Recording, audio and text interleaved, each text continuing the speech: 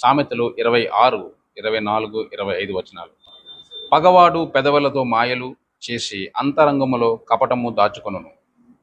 వాడు దయగా మాట్లాడినప్పుడు వాని మాట నమ్మకము. వాని హృదయములో 7 హేయ విషయములు కలవు. పగవాడు అంటే శత్రువు.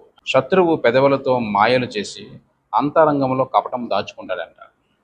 అలాంటి శత్రువు దయగా మెల్లిగా మంచిగా మాట్లాడినప్పుడు మనం వాడి యొక్క మాట నమ్మకూడదంట.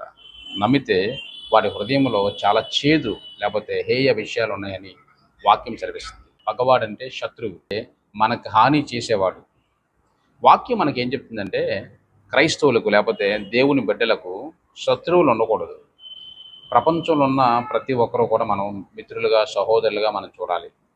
మనం ఎవరిని ద్వేషించకూడదు. మనల్ని హింసించే వారి కొరకు ప్రార్థన చేయమంటుంది వాక్యం. యేసుప్రభువు వారు మరి మత్తయి సువార్తలో పలికిన మాటలు ఏంటంటే మనల్ని హింసించే వారి కోసం ప్రార్థన చేయాలంట, మనల్ని బాధ పెట్టే వారిని మనం ప్రేమించాలంట, మన శత్రువులను కూడా మనం ప్రేమించాలనే వాక్యం మనకి చాలా క్లియర్గా ఉంటుంది. అయితే శత్రువును మనం ప్రేమించాలి. శత్రువు మనకి ఎంత కీడు చేసినా వాడిని మనం ప్రేమించాలి. మనం ప్రేమిస్తాం శత్రువుని, మనం ప్రేమతో ఆదరిస్తాం. కానీ అవతల వాడు శత్రువు మనల్ని ఆదరించడు, మనల్ని మిత్రుడుగా చూడడు. కానీ మనం ప్రేమిస్తాం. ఎందుకంటే వాక్యం మనం చెప్తుంది కాబట్టి, మనం దేవుడు నమ్ముకున్నాం కాబట్టి, వాక్యాన్ని ఫాలో అవుతాం కాబట్టి మన శత్రువుని మనం ప్రేమిస్తాం. కానీ మన శత్రువు మనల్ని ప్రేమించడు, మనల్ని ద్వేషిస్తాడు.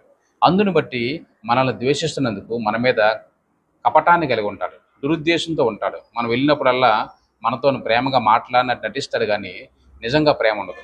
ఎందుకంటే దురుద్దేశంతో మాట్లాడుతున్నట్టు వాక్యం కూడా సెలవిస్తుంది. పెదవులతో మాయలు చేస్తారంట, అంటే తప్పుడు మాటలు అన్నమాట. మనల్ని పొగడ్డానికి, మనల్ని మంచి చేసుకోవడానికి రకరకాల మాటలు చెప్పొచ్చు. చెప్పిన తర్వాత మనం మరలా మోసపోవడానికి అవకాశం ఉంటుంది. కానీ మోసపోకుడి, దేవుడు వెక్కిరింపబడ్డు అనే వాక్యం సెలవిస్తుంది. కానీ దేవుని బిడ్డలు మోసపోతూ ఉంటారు. కొన్నిసార్లు అందరిని నమ్మేస్తారు. కొన్నిసార్లు చెడ్డవారు ఎవరో తెలియదు, మంచివారు ఎవరో తెలియదు, అందరినీ క్రైస్తవులు నమ్మాలి.